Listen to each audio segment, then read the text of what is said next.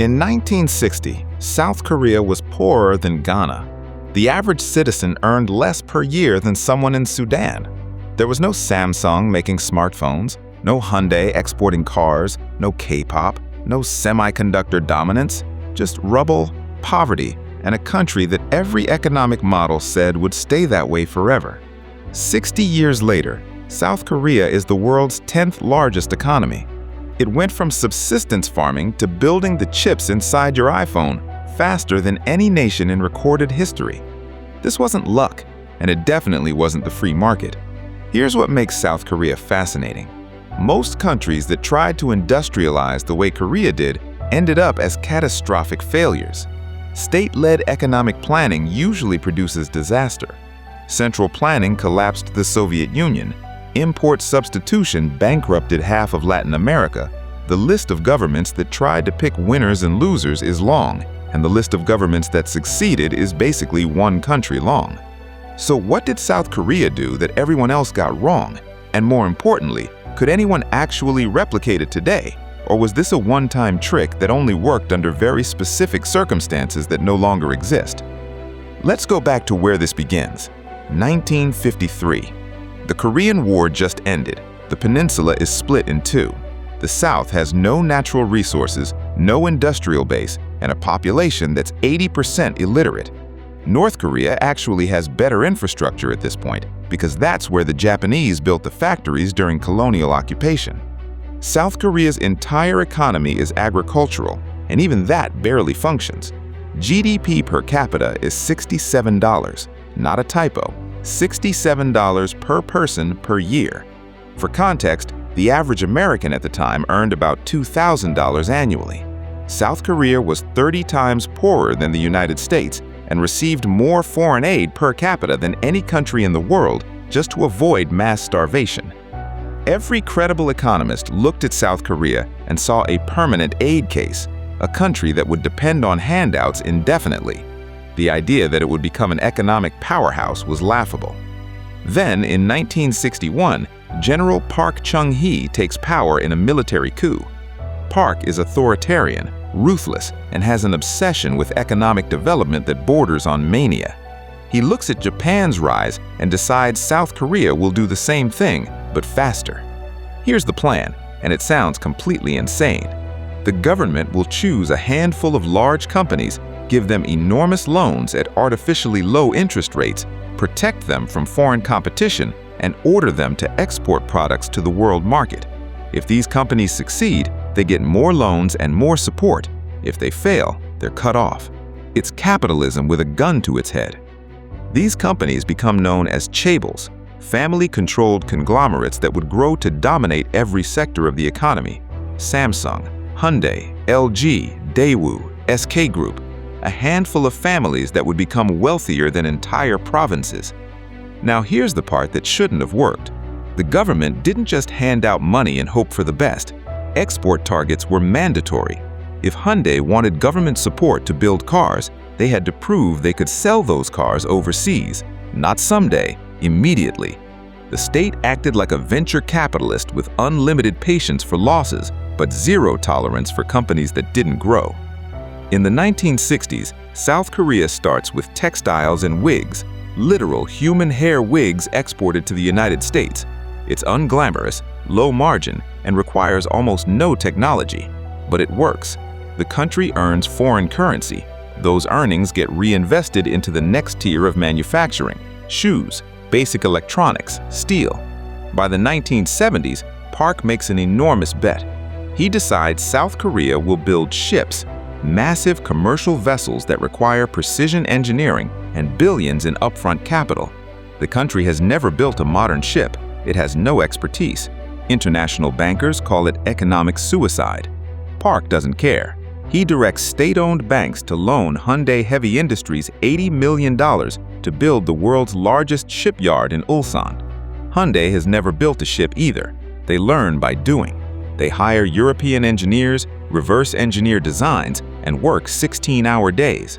Within a decade, South Korea becomes the largest shipbuilder on the planet. Then semiconductors, then cars, then consumer electronics, each jump more technologically complex than the last. Each time, foreign experts said it was impossible. Each time, the Chaebol succeeded because failure meant losing access to the cheap capital that kept them alive. But here's the uncomfortable part no one talks about in the miracle story. This model required exploitation on a scale that's hard to comprehend. Factory workers in the 1970s and 80s worked 6 days a week, often 12 hours a day, for wages that barely covered rent. Labor unions were illegal. Strikes were met with imprisonment or worse. The government treated workers like ammunition in an economic war.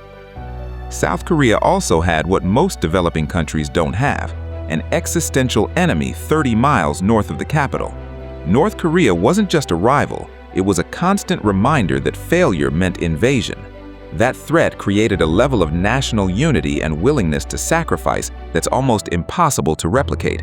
You can't fake that level of urgency. And then there's the debt. To fund this growth, South Korea borrowed staggering amounts from foreign banks. By the early 1980s, the country was one of the most indebted nations on Earth relative to the size of its economy.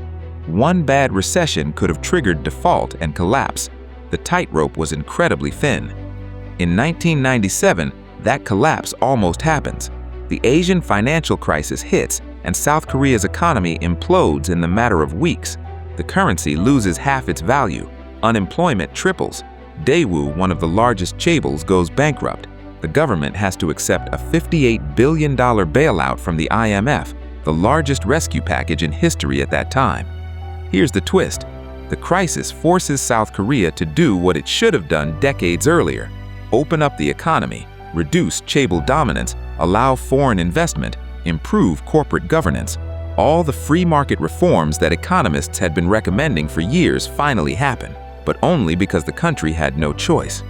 And instead of collapsing, South Korea rebounds faster than anyone predicted. Within 3 years, the economy is growing again. The chaebols survive, but they're leaner and more competitive. The crisis didn't destroy the miracle, it completed it. So what's South Korea now? It's the 4th largest economy in Asia. It's a global leader in semiconductors, displays, batteries, and shipbuilding. Samsung alone accounts for 20% of the country's exports. K-pop is a multi-billion-dollar cultural export. Korean cinema wins Oscars. The transformation is total. But it's also fragile. The chaebol system never really went away. The top 10 conglomerates still control more than half the stock market. Wealth inequality is extreme. Youth unemployment is high because the chaebols dominate hiring, and if you're not employed by one, your economic prospects are limited. The average South Korean works more hours per year than almost anyone in the developed world, and the suicide rate is among the highest in the OECD. South Korea succeeded by doing everything the textbooks said would fail, and then it survived by adopting the reforms it spent decades resisting. It's a contradiction that somehow works. Could any country replicate this today? Probably not. South Korea had timing, geography, and crisis on its side. It industrialized during a period when global trade was exploding and manufacturers needed low-cost producers. It had the United States as a security guarantor and a massive export market. It had Japan as a template to copy, and it had a population willing to endure decades of sacrifice for a distant payoff.